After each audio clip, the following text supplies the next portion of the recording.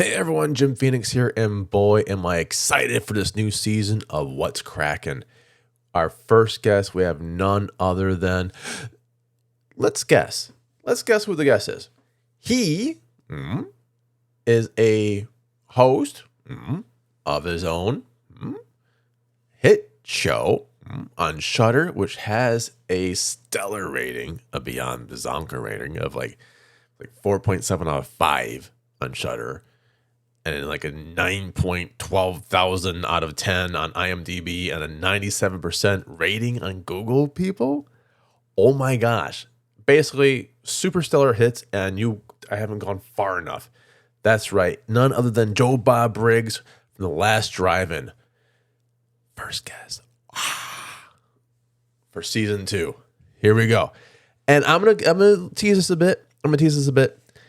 If you know Joe Bob just from the Monster Vision Last Drive-In stuff, and of course you can hear Joe Bob on The Last Drive-In with Darcy the Mail Girl, only on Shudder Fridays, 9 p.m. Eastern, 6 p.m. Pacific. If you know him only from that, you're missing so much more. The Pulitzer Prize nominated individual. Did you know that? Well, you're going to find out all this and more in the next What's Kraken. Hit it.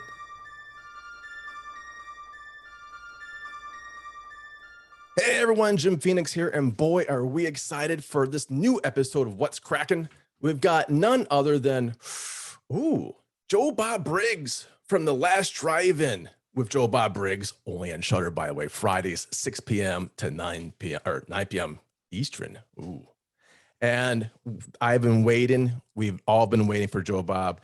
And this is the special moment we've been waiting for since the pandemic, before the pandemic, since Monster Vision, since way back when. And now it's live. Hi, Joe Bob. Pleasure to have you. Great to be here. Thank you for that intro. Yeah, anytime. Now, I have a couple quick fire questions, if you don't mind. Okay. I've been dying to ask some of these questions to you. You didn't really grow up in Texas, right? You were in Arkansas and you moved to Texas, yeah? I grew up in Texas and Arkansas. I was born in Dallas. My parents were school teachers. We traveled around a lot. We lived out in West Texas. We lived in the Panhandle of Texas. We lived in Texarkana, which is on the line between Arkansas and Texas. So you've been all over. And then I went to high school in Little Rock. Yeah. You went to high school in Little Rock. Now, did you ever go beyond Little Rock? Because I know, and other places, because I know of this little comedy scene in Texas that was pretty hot near the Dallas and Houston area, especially the Comedy Workshop where Kinnison and Hicks were doing it. Were you touring through there?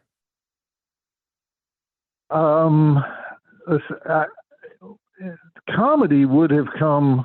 I was after high school. I went to Vanderbilt University. Then after Vanderbilt University, I got a job back in Dallas, and there was a period in the '80s when, everybody was doing stand up. Your grandma was doing stand up. I think my grandma was. Everybody was on the road all the time doing stand up. And so I did have a period where I was doing shows in comedy clubs, and but actually most of them were not in Texas. I mean, really? Most of them were in other places. But my show worked better with like in college venues and places like that where I could tell long stories. I played the comedy clubs like Caroline's in New York, but right. If you play Caroline's, you have a lot of people their first language is not English, and so the only way to make them laugh is say "fuck" every 10 seconds. That was the old Eddie Murphy bit, right? It's like the only language we pick up sometimes. Absolutely. I know. And so I was not a fan of the comedy club scene, and it was pretty, but I did do a lot of shows. Yeah. And that's why I was wondering, because I see you more like, I've seen Kevin Smith a couple of times live, and Kevin can go on for quite some time.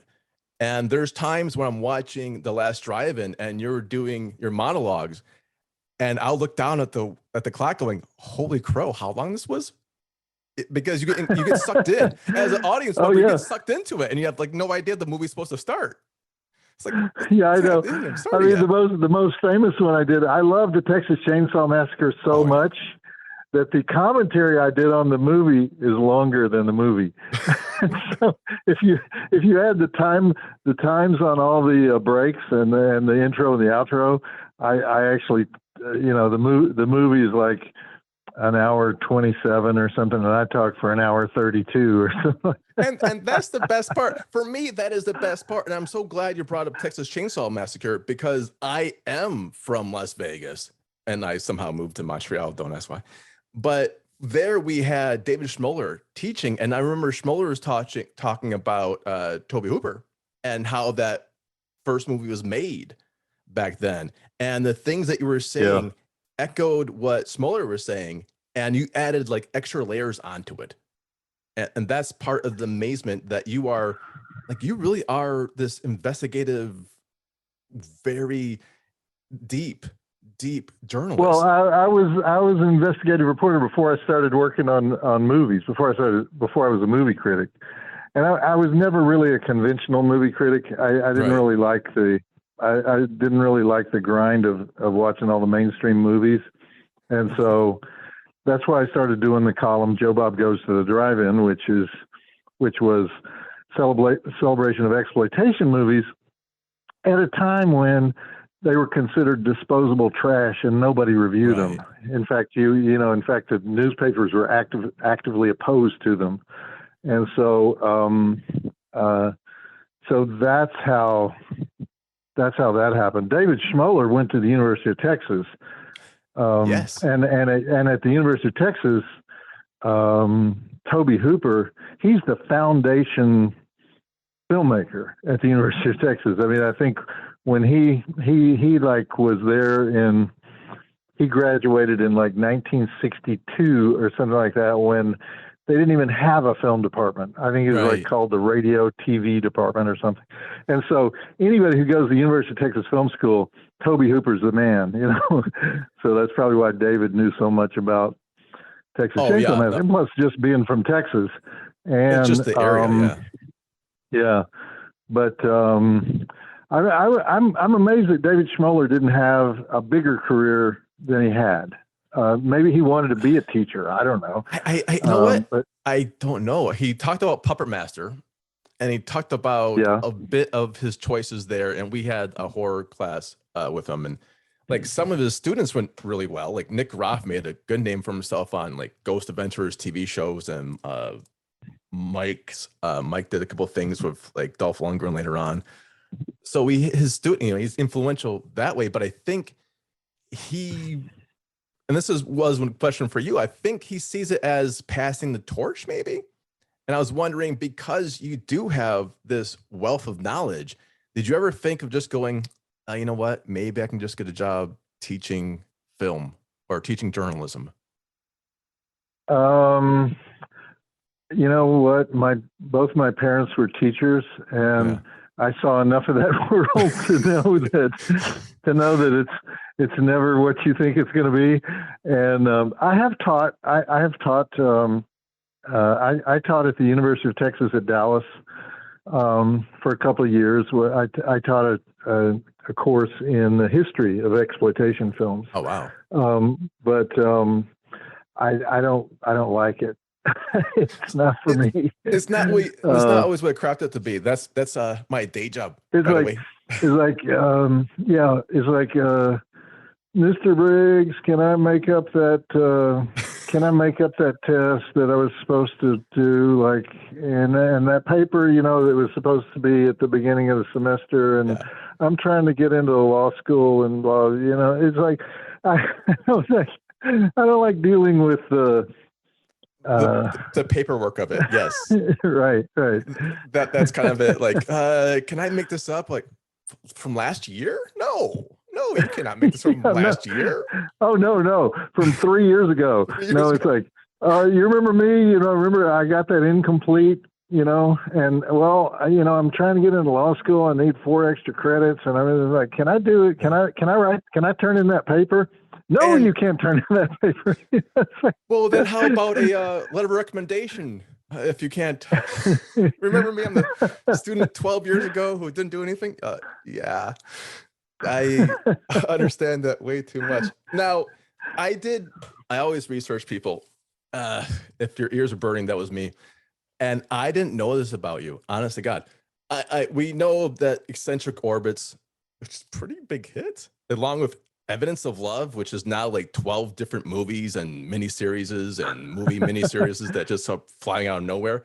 But I'm not sure how many people knew that you were nominated for a Pulitzer Prize. Oh, did I read that correctly? Yeah. Well, I was working for UPI around the time of I was the New York bureau guy for UPI on the day 9/11 happened, and it happened in the neighborhood where I was living. And so I wrote this series of articles. I wrote an eyewitness account, and then each day following, I wrote this series of articles, and UPI nominated me for the Pulitzer for that year. So I didn't win. Well, I think it's rigged. We'll have to recount.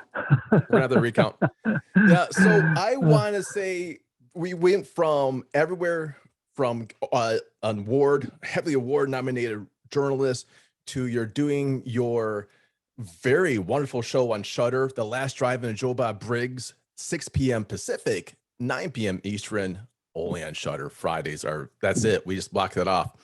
And you're also doing on some touring. I see you're going to be in Tempe, Arizona tomorrow, which if you have a time machine, you can jump back in this one. And I'm going to be in Tempe tomorrow night and Gilbert the next night, doing a new show that I have, which I do with the American Genre Film Archive. The American Genre Film Archive is this organization in Austin that restores movies just like the Criterion Collection does, but they restore exploitation movies, movies that nobody gives a flip about. And so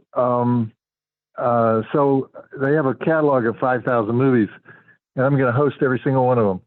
And so anyway, we have this double feature. It's called Cerebellum Night, where I give the whole history of brain movies, of which there are about 50, and then we show The Brain, and then we show Brain Damage, and I appear on stage, during the presentation. So we're doing that twice in the Phoenix area. That sounds amazing. And I can't wait. If you're in the Phoenix area, absolutely check that out. And if you're not in the Phoenix area and you want to meet, me, Jim Phoenix, I will be in Las Vegas while you're in Las Vegas. I will buy the first person who does the call-in, drive-in, text-in, whatever it is. I'll buy you a ticket to the Las Vegas one, October 6th to 8th. And you can always reach Joe Bob Briggs, Last Drive-In, only on Shudder, 6 p.m. Pacific, 9 p.m. Eastern, Fridays. That's it. Joe Bob. Yeah. I'm getting the high sign. So I want to say thank you very much for everything. The pandemic, a lot of us we call them Mutant Fam or whatever it is. We might not have been here unless it wasn't for you. I mean, I wouldn't be here. I know personally, because your show, I've never seen it before, comes in during the pandemic. People are check it out. I'm like, sure, why not? And it kept me going every week just to see you guys. So I want to say thank you. Oh, that's great to hear. Just thank you so much for that. And thank you. On that great note, I just want to thank everyone. Thank you very much, Joe Bob. And what was your line? May the drive-in never die. The drive-in will never die. Never die.